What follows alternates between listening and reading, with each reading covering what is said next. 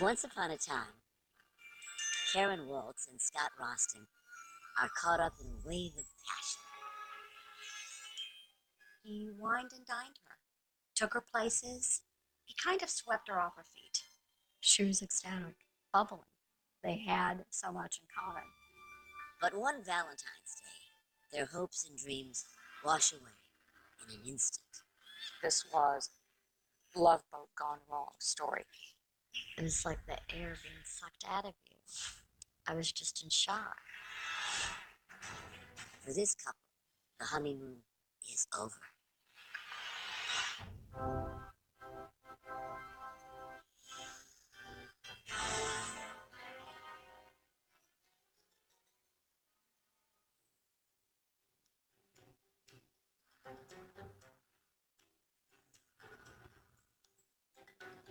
Young and in love, Karen Waltz and Scott Roston are off to Vegas for a quickie wedding. She's 26, a free-thinking bohemian. He's a decade older, with the suave demeanor of a made-for-TV doctor. He kind of swept her off her feet. The kind of guy a small-town girl like Karen had longed to end up with. He was charming, intelligent. He said the right things. He did the right things. And Karen was very much in love with Scott.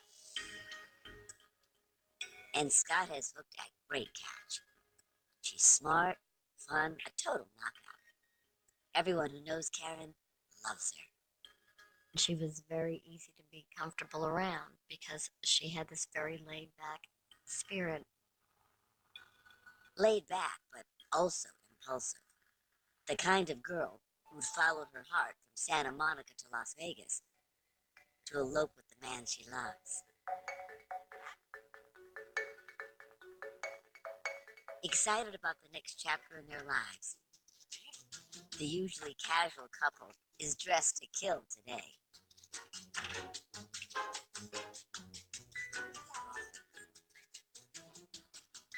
Vegas is a place where people are impulsive and where people are drinking and gambling, and marriage is the ultimate gamble, isn't it?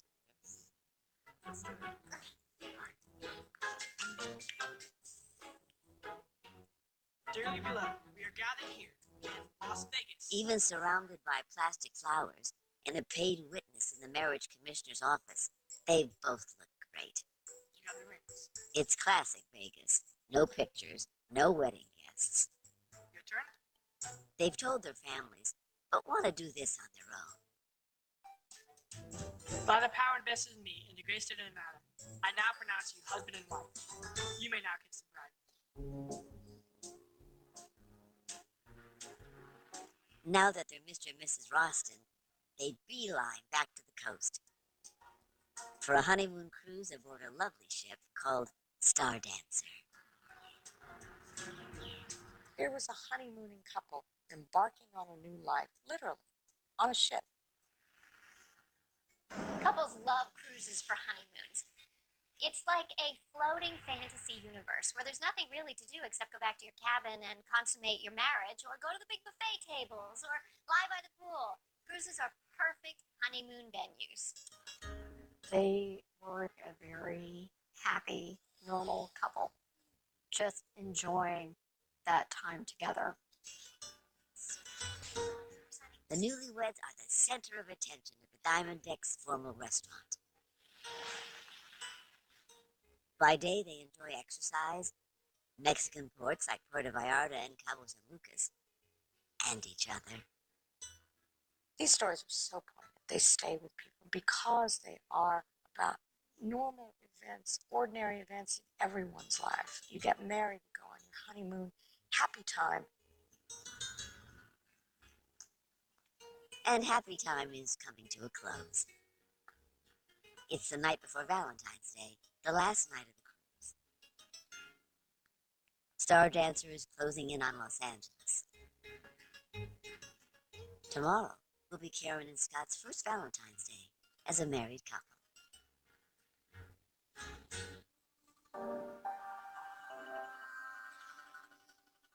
But late that night, the unimaginable.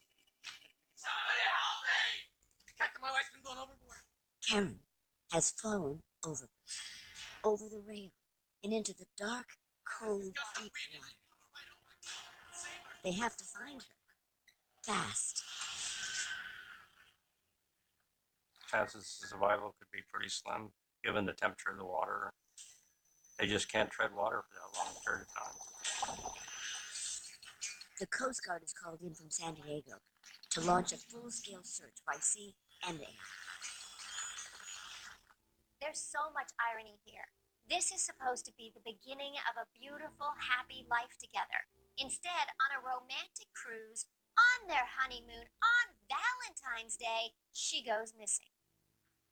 How could this have happened to an athletic woman like Karen, who was always so comfortable in the water? Karen loved the ocean. She was a great swimmer, very strong. We went to the beach as children and on the weekends. We used to have tea parties in the water, underneath the water. Karen grows up along the beaches of Florida with a sister and a single mom. Her dad left when she was a baby. Mom raises her two girls with tons of love, but on a shoestring. My mom was extremely hardworking, often worked 2 jobs to send us to a private school and to provide for us. There wasn't a lot of money left over. She was determined that her girls were not going to live the hard struggle of a life that she had. Mom makes sure they're able to follow their dreams. And Karen's dream is dance. So Mom finds the money for lessons. She was extremely graceful. Karen could do amazing things. She was meant to dance. Karen was a very health-conscious person. She was known to run 10 miles a day, active in Tai Chi, Taekwondo. When she enrolls in massage school, it's a match made in heaven. It's a gift. You're born with it. And bringing that energy that you would have to be a great dancer. She brought that art into the massage. Once her hands landed on you, that gift of massage, she could relax anyone, anywhere. Karen's boyfriend at the time is also good with his hands. Troy is a carpenter, specializing in boat building. They kind of matched. They were both light-haired, blue-eyed, had been together for quite a while, and they seemed like they were best friends. When Karen graduates, she lands a job at a posh Palm Beach resort. One day, while covering for another therapist, Karen finds a regular client on her table, Scott Roston. Wow, you're amazing. He's cute, fit, and a chiropractor. She really likes Troy, but there's something about this Scott. Oh, wow. He's attracted to her, too. She's not like some of the superficial women he's been with. He had brought in girlfriends previously, and they were these very tall, flashy, lots of makeup, model-type looking women, where Karen was more of a down-to-earth, not a lot of makeup. It's the very beginning of what will be a whirlwind romance.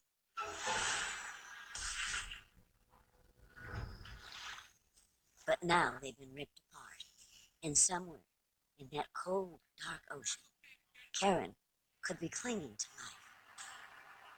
By dawn on Valentine's Day, the Coast Guard is well into a massive grid search.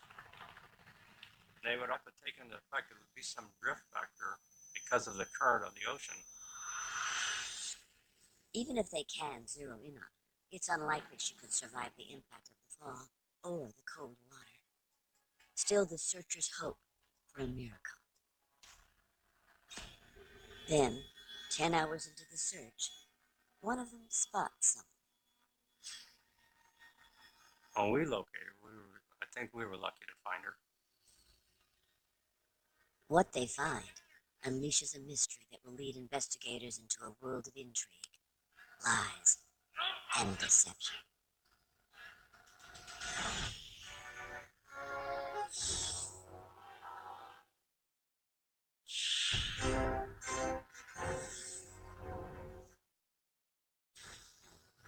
It's Valentine's Day, and Scott and Karen Roston's romantic honeymoon has ended in the worst possible way.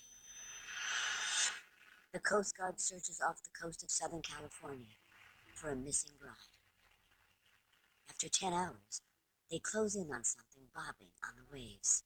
As they got closer, they observed that it was a female, and that's when they brought her on board and were able to determine that this was the victim that was reported had fallen off the Star Dancer. How could the beautiful young newlywed be dead just a week into her marriage? Investigators need to figure out what happened. According to Scott, they were jogging that night, and she somehow tumbled overboard, blown by the wind or losing her footing as the ship tossed. He says he hit his face on a metal box by the railing, trying to save her.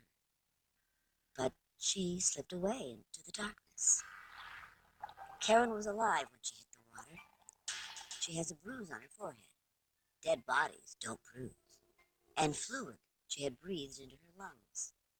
Investigators surmise she got the forehead bruise hitting something on the way down. They hope at least she was unconscious for the end.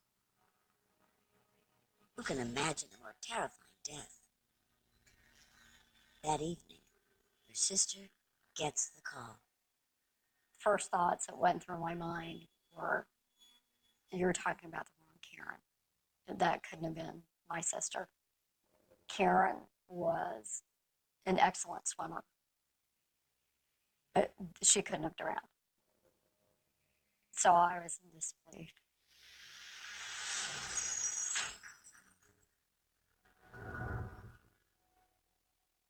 Less than a year earlier, Karen's life in Florida is looking sunny. She really likes this interesting, worldly doctor.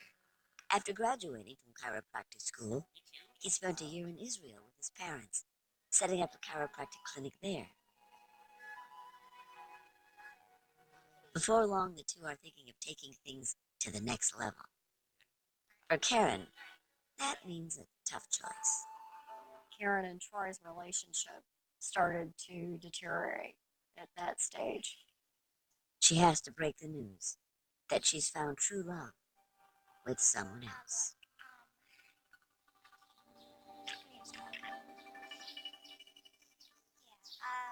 I think Troy was devastated. I'm sure he wasn't sure what had hit him. I think that he wanted to marry Karen. Karen, I'm so sorry. I've got to go. Troy's great, but Scott is in a different league. I'm sure she was blown away when she met this tough Jewish guy from the Bronx who'd been in the Navy and lived in Israel. He was 10 years older. He was wiser. Compared to the sweet, nice, ho-hum guy next door who she was with, Scott seemed like a catch. He was her Prince Charming. She's dying to meet his close-knit family. In fact, they're so tight that Scott still lives at home with his mom and his chiropractor father. She likes them immediately. And Scott's parents like her too. No surprise. When she walked into the room, she lit up the room with a smile, with that energy, just that natural energy. They were very willing to embrace her in the family, teaching her how to cook Scott's favorite dishes, teaching her about the Jewish faith. Karen learns that Scott is also an author with a fascinating story to tell. In his book, he relates the story of his time in Israel. While he was setting up the chiropractic clinic, the Israeli mob approached him about a smuggling racket. When he refused to cooperate, they had him jailed tortured. He ultimately faked psychosis to get transferred to a mental hospital, and from there, talked his way into being released, then ran for the airport to get back to the safety of U.S. soil. I'm sure she thought this was wildly exciting. A story of international espionage and abduction. A manly man who fought himself free. He must have seemed so exciting to her. He's exciting and well-bred. He wined and dined her, took her places that she'd never been before. He teaches her about rounds of golf and ski vacations and fancy restaurants. It's a whole new life for her. I believe that she was excited that someone like Scott would be interested in someone like her. And he was able to afford her things that she wouldn't afford otherwise.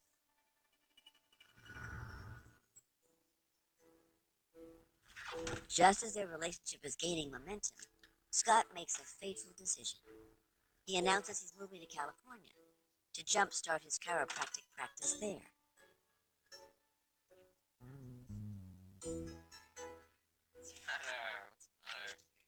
About I this. know, but it's all Long-distance relationships are never easy.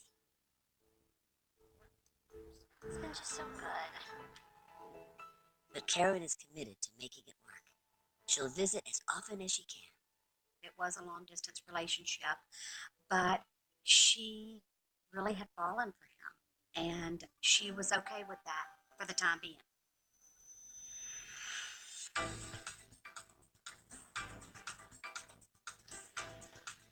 In beautiful Santa Monica, Scott finds roommates and a great place just off the ocean. It turned out to be a very nice condo. When I saw it, I couldn't help but fall in love with the place. Very nice condo, tri-level. Scott takes the master bedroom on the middle floor. Seemed like a really nice guy. He told me that he was a chiropractor looking to take his boards in California and become licensed. Scott was into fitness, went to the gym quite a bit. Being apart is really hard on Karen. This is her dream. So when he goes away, soon after she falls in love, when all the early chemicals are flowing about, oh, I've met a great guy, of course she's going to become more and more attached. Remember, she just left a boyfriend for him, and now he left town, and she's the product of an abandoning daddy. Don't you think she might chase after him? When Karen finally visits, she impresses everybody, as usual. She seemed to strike me as a person who, looked old and young at the same time. I personally would say an old soul.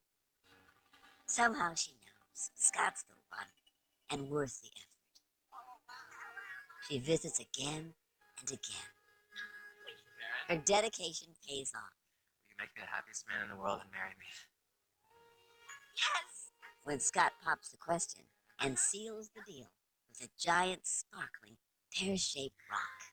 Oh my God. I remember Karen being all excited when she got back to work. She was sporting a beautiful engagement ring. Women love big rocks, you know? It implies that the guy's wasting his money on a ring, so he must have that much more. It implies great social status. Now she's fully a fiance. Come here. I'm so excited. It's all working out.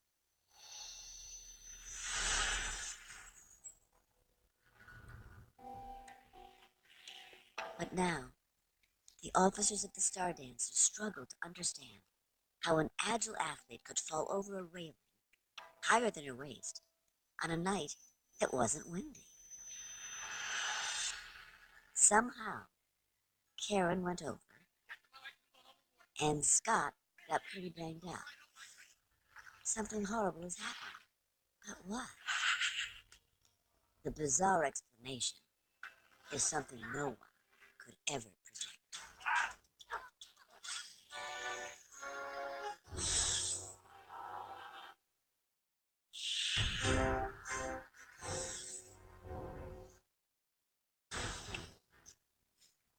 hot and heavy romance of Karen and Scott has come to a heartbreaking end in the cold waters of the Pacific. The only flowers appropriate for this Valentine's Day are funeral lilies. My parents, when they heard the news, were so devastated. I don't believe they ever thought that could happen. Not to someone who was as intelligent and beautiful and talented as my sister. Scott's parents are also shocked. They'd been so happy to have Karen join their family. And now she's gone. The news is widely reported, especially in the Star Dancer's home port of L.A. I got a call from the Los Angeles Times from a lady reporter, and when she began to relate parts of the story, the hair on my neck just stood up. And then the thought of this beautiful person being so brutally taken away from all the people that loved her, you know, to have her life, her voice stilled in such a brutal manner, it was earth shaking, you know. Just, it broke my heart. I was in shock. Would say, "What are you working on?" You tell them, "I'm working on the story of that woman who went overboard on her honeymoon." You'd say, "Tell me all about it. I really want to know." I think in some ways it did unsettle people, the idea that something this awful could happen to you under the most idyllic of circumstances. Karen was looking for love. That's all she wanted. To have a husband, to have a healthy marriage. Instead, she found tragedy. She's traded a honeymoon bed for a body bag. I did notice some red marks on her neck, which indicated to me there was some type of struggle. And later, when we did the autopsy, it was more evident as to what was on her neck. Handprints, that somebody had both hands around her throat. But whose hands? Once the ship is back in port, Karen's clothes, jewelry, and other physical evidence go to the FBI. Her body goes to her devastated family.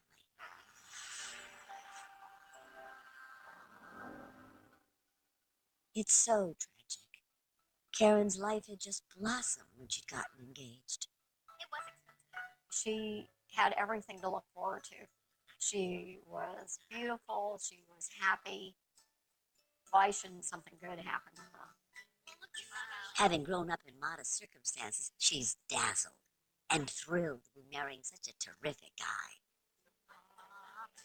And just you do all those things when you get engaged and you're excited and you have a future with someone that you love.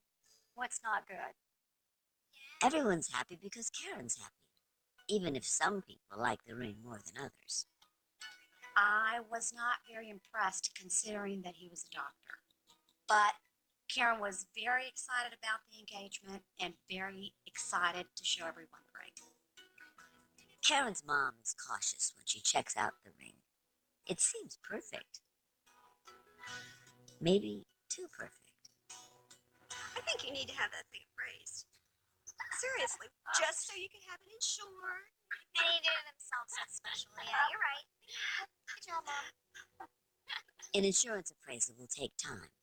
No worries. Karen is busy prepping for her move to Santa Monica to be with her man. She tries to spend extra time with her mom before she goes. The two haven't always seen eye to eye, not uncommon for a strong single mom and an independent daughter. Karen had a plan. And that plan may not always have been the plan that my mom would have wanted for her.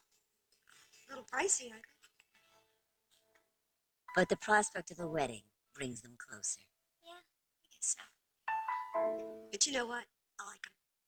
Yeah? Yeah, let's get to. My mother was really happy for Karen. Things were good for them. in their relationship. Now she's been ripped away. Unsure, the FBI questions Scott about the night before. His first story is that a gust of wind blew his wife overboard. He tried to grab her, but she slipped from his grasp. I don't know about the story about being blown over because there was really no wind. And there's no blood on the metal box Scott says he hit while diving to save Karen. So how did his face get bloody? Nothing is adding up. Finally, confronted with inconsistencies, Scott makes an admission. His story is a lie. A lie created to protect his parents from the people who actually killed Karen. Israeli spies. He goes on to explain that all this happened in retaliation for the book he wrote the year before. In it, he tells about his torture by corrupt Israeli officials and organized crime killers while he was in Israel with his parents. His parents back up the dramatic story. They had to leave Israel fast after it happened. Now has Scott Roston's past caught up to him? This must have baffled the crew at the time, trying to sort out what was true, what wasn't. Was Scott lying? Was he telling the truth? Are there spies on board?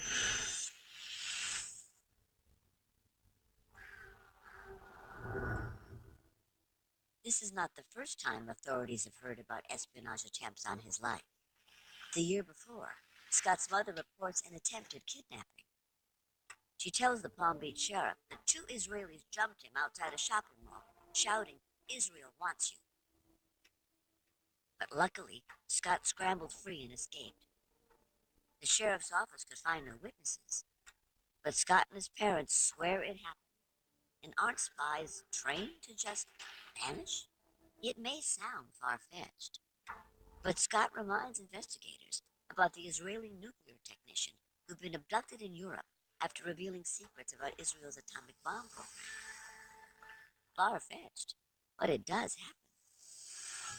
So, is it possible that Karen Waltz, a nice Lutheran girl from Florida, was the unwitting victim of international espionage?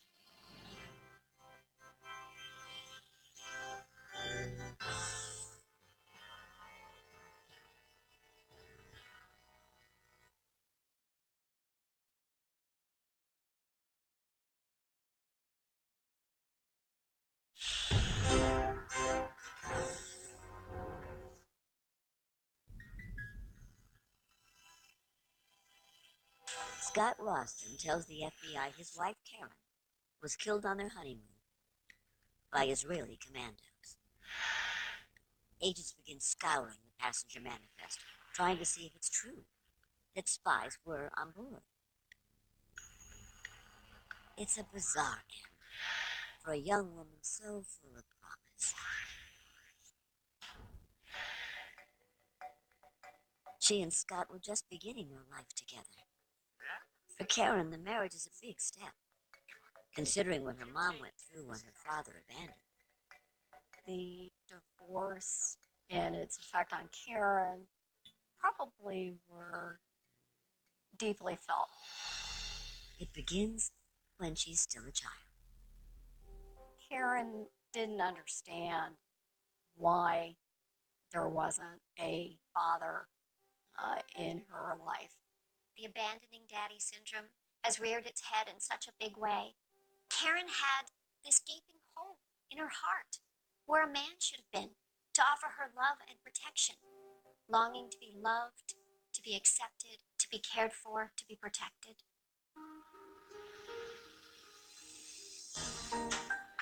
Enter Scott Roston. I think Karen was a romantic at heart. And she believed traditional protector, provider, manly man would be the one to solve all her problems and make her dreams come true. And I think Scott looked to Karen for her small town stability, for her sweetness. Oh my gosh! Yeah. So you're gonna give me a massage? Everything seems perfect, but it's not. As far as Karen knows, Scott's thriving practice is paying for their lifestyle. But the truth? Not only is Scott's practice not thriving, it doesn't exist. He's not even licensed to practice in California. In fact, he's living off a big insurance payout he got from a shopping mall after he slipped on, believe it or not, a banana. Scott presented himself meticulously, composed, always neatly dressed. It was, the appearance that he was doing well. In the early stages of a relationship, you have nothing to go on except what your lover tells you. So of course you believe it all. She bought it, lock, stock, and barrel. And that engagement ring? Eventually, the appraisal comes back. Karen found out that the ring was cubic zirconium, a synthetic diamond. Wow.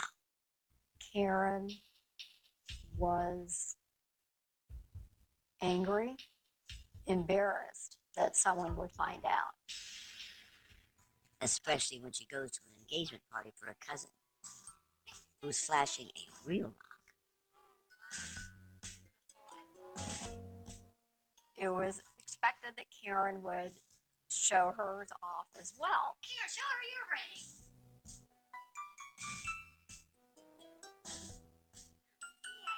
Oh, what are your plans? It's mortifying. The fact that he gave her a cubic zirconia should have been a deal breaker, not a warning sign, a deal breaker.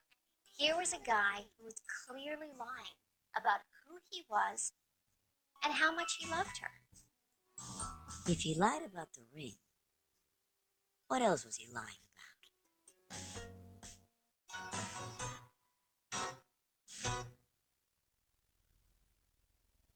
Karen, I think, started to have some misgivings or some second thoughts, trying to figure out what the truth was. Just before the road trip to Vegas, Karen calls her sister. I remember that phone conversation like it was yesterday. She's afraid to back out and look silly. I said, when did Mom ever not tell you that you can back away at any time you want to? You could be at the altar and you can run away and it's okay. It doesn't matter. You can leave. But in the end, she and Scott decide to pull the trigger, make it fast and fun. And for $25, they become Mr. and Mrs. Roscoe. We are gathered here. The flowers are as fake as Karen's ring. You may now kiss. But it's Vegas, right? They're back home at the Santa Monica condo by nightfall.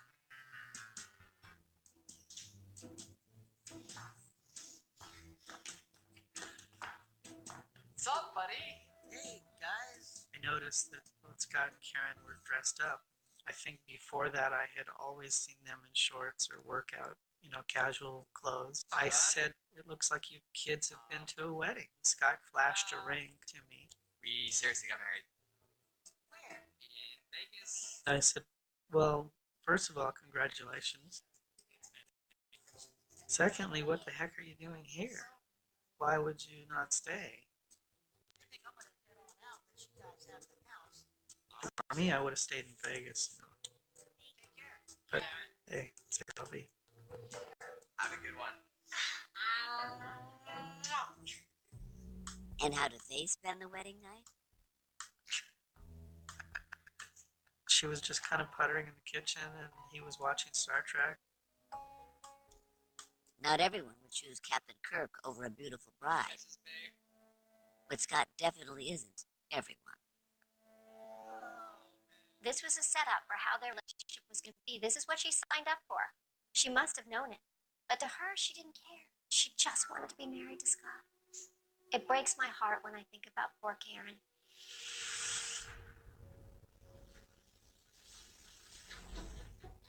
On board Star Dancer, the honeymooners dine with the same group on the diamond deck each night.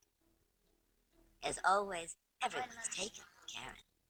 She was extroverted. She was well-spoken, articulate.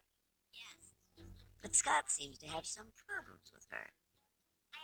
He gets angry if she eats sweets, or even uses the wrong utensil. Yeah, there's. What are you doing with that fork?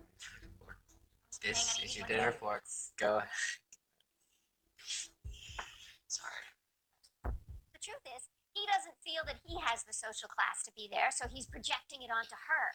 Scott knows that he's living a lie. He knows that he's created this false facade about being a chiropractor, about being world traveled, and he doesn't want his wife to blow it by using the wrong fork. Her abandonment issues were so high that she would do anything to keep this relationship, mainly be the most perfect, abiding wife. He might be a jerk. Is he a killer? Or did he tell the truth about the Israeli commandos? The passenger manifest does show 2 Israeli nationals were aboard. Were they really Black Ops agents? Or is Scott Roston more than a liar? Karen was just such a sweet, trusting girl. And when I found out that she had gone on a honeymoon cruise and did not survive it, I had a bad feeling that he had something to do with it.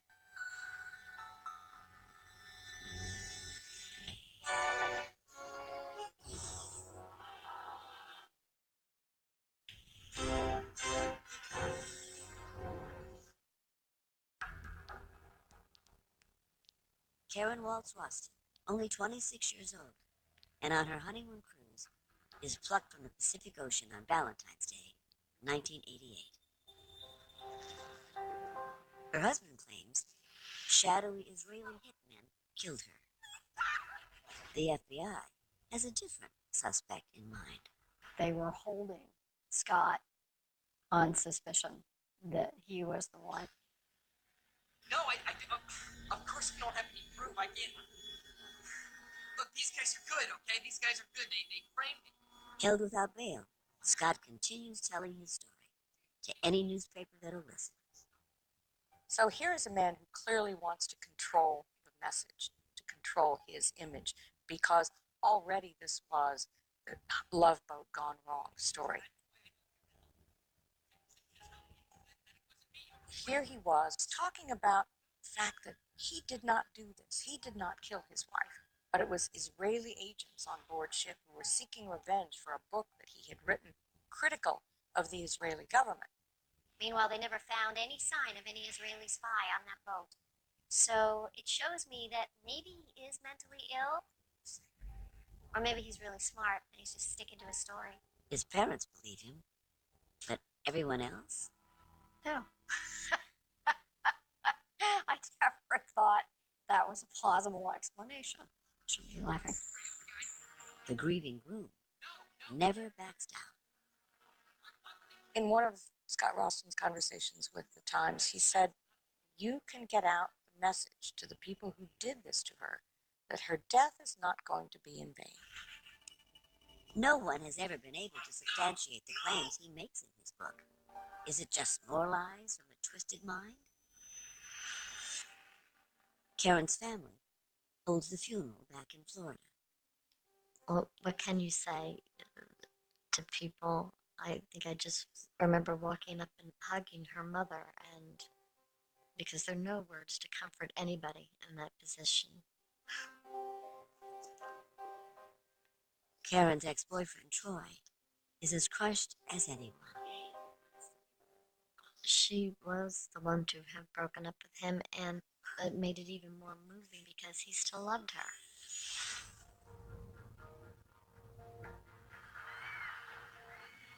Just over a year after that terrible Valentine's Day, Scott Ralston goes on trial for second-degree murder. The prosecutor tells the jury the hands around Karen's throat did not belong to some Israeli secret agent from Scott's fevered imagination, but Scott Ralston himself.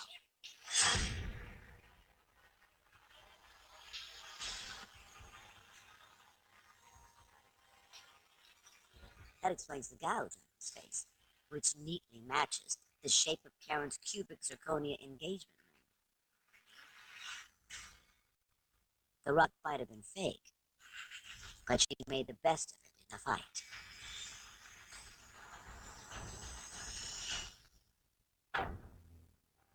The jury finds him guilty of second-degree murder on the high seas. But the judge is so outraged, he sentences Roston to life in prison, a first-degree penalty. On appeal, his sentence is changed to 33 years. Why should he have a second chance at life? What does he have to offer society? But to come out and maybe kill somebody else's daughter? Take someone else's friend? In a letter to this program's producers, Roston sticks by his story that he was framed for Karen's murder. He also still believes the government forces are out to get him. As to motive, no one knows. It's a truly senseless death. Even to this day, the mystery remains. Why did he snap that night and betray Karen and her family? My mother had spoken to him on the phone and said, I want you to take good care of my daughter. And he agreed that he would do that. It was a lie. I get so angry. Here, Karen, who had so much to offer, and so many people that loved her, to just be cut short by this insecure, controlling, narcissistic manipulator. All she ever wanted was love. There were red flags. There were warning signs for poor Karen. But she was so in love with love, so longing to be with a real husband, that she couldn't see those red flags. When Scott killed Karen, he deprived the world of her and what she had to offer. Karen was a sweet soul with a great heart. She really could have made a big difference in a lot of people's lives. In her family's hearts, Karen lives on. I was pregnant at the time when Karen died. Karen was very excited about my being pregnant and her becoming an aunt. So when my daughter was born, we felt that it was right to name her Karen. I tell my daughter and even other people, if you're in a relationship that doesn't seem right, that there are questionable behaviors, controlling manners of someone else, that you're at risk, go to someone for help, someone you trust. Because no one deserves this.